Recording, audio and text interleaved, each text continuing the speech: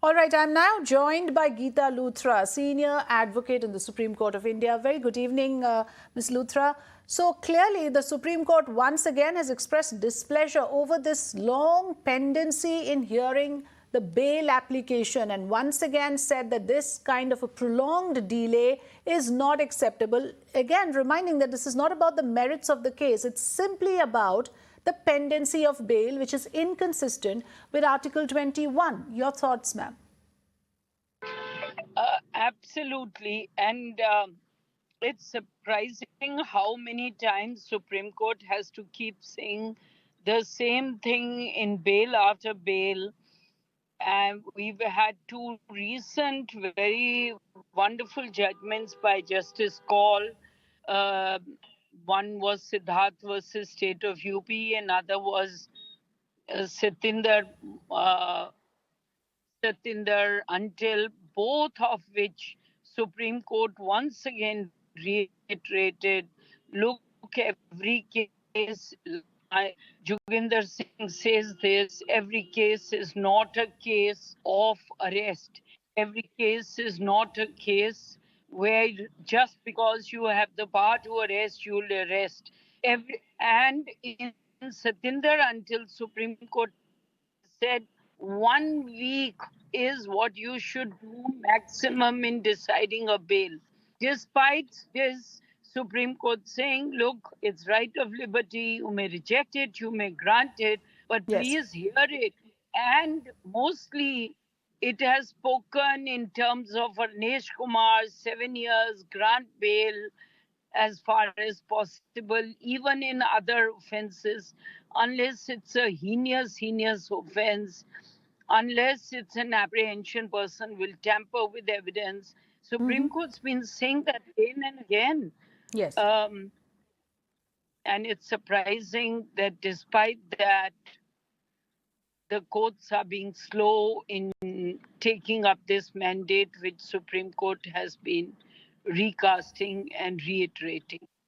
Right, because somewhere it shakes the faith in the judicial system as well, isn't it? Because one is in some way or the other tempted to ask what could have ulterior motive the court could have in this. If it is in the very much in the fitness of things to hear the bail plea, why adjourn hearing? Is it because of a shortage of manpower? Is it because the court is restrained in any other way, or is it more to do with playing safe? What is it, Ms. Luthra, from your understanding? So I think it's all three aspects. The most important aspect is, look, everybody has pendency. So I think what one has to do is work hard over 2, 3 months, and that pendency of rollover every 2, 3 months will become a rollover every 2, 3 weeks or 1 week, particularly where there are bails. Secondly, in some courts, it's also playing it safe. Okay. Everybody thinks that why don't we wait till the status report comes, the investigating agency or the ED or the enforcement or the CBI says we need more time to investigate. Courts give them time because ultimately they are state instrumentalities. Ultimately, state instrumentalities have to be treated and have to have the same alacrity that private counsels have. And Yes. therefore, if they don't file in time, then the person, the accused, should get the benefit of it. But then the courts think, is it that somebody is being over helpful with the accused? Then they say, all right, let the material come. So, one way or the other, straight instrumentality also has to realize whatever investigating agency it is, whether CBI or EOW or crime or in PMLA, the ED, any of them, they have to be conscious of the fact that they will not get more time, that they have to be also fair with the court. Now, Right. sometimes Yes. they try, so all these aspects, there are all the aspects that you have said.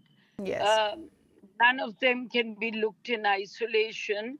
And in one case or the other, it may be a different parameter which may delay Play the out, yes. decision.